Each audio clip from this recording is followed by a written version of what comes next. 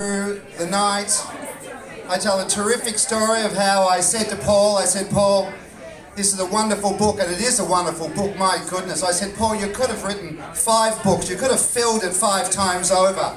It's amazing. I mean, the man's done so much. And I said, Paul, why don't you just put some of those stories about you and me in the early days, how we used to climb together. We climbed, not a lot of people know this, sir, but Paul and I climbed in the 60s and the 70s, and I said, Paul, why don't you put that? He said, no, I don't want to put any of those stories in. I've changed, I've got other stuff. I said, no, I'm pretty sure those times, you know, the exciting stories, that time when I rescued you on El Capitan.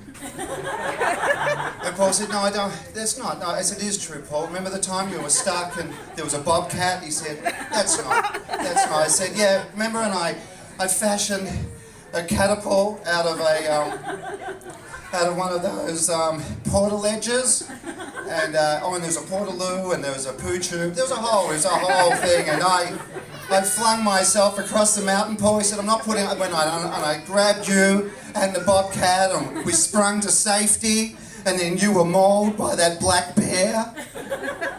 He said, no, I'm not going to put that. Listen, Jeff, I'm not going to. I said, Paul, at the time in the 60s again, when we come across Reinhold Messner, that great German mountain climber who was the first to climb all 14 mountains above 8,000 meters. Remember when we came to him at the beginning, when he just started, he was climbing, what was it, Rampant Parbat, or however I couldn't even pronounce it then. And then you teased him, Paul, and he pushed me down a crevasse. Put that in, Paul. That's a story. And Paul said, no. I said, you know, and that climb, and he lost 7 toes in that climb. I said, tell him how you and I went and looked for them, Paul. And after that, we were all hyped up on yak milk that had been off since spring. And we went up to, the funny thing was there, and I said, Paul, you know how we inadvertently climbed all 14 of those mountains by ourselves over 2 afternoons on a Saturday morning? And Messner was furious, and you teased him, and he pushed me down a crevasse again. Paul said, no, I'm not going to put any of that stuff in. This is a whole other book. I said, Paul, what about when we climbed K2? We free climbed. Put that in. We free climbed. We free climbed it, and we were the first to do it in slippers. I said, no, I'm not. This is not one of those books. It's all different. I said, Paul, how we crossed Bhutan, Antarctic, all that stuff, all the work we did together, Paul.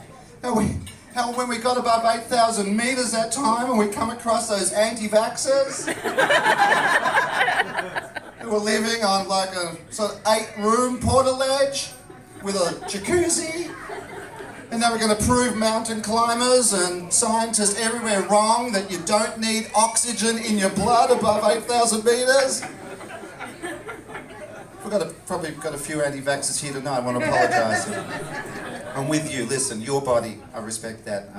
I don't actually. No, I do. I don't. No, I do. Stop it. It's not one of those nights. It is.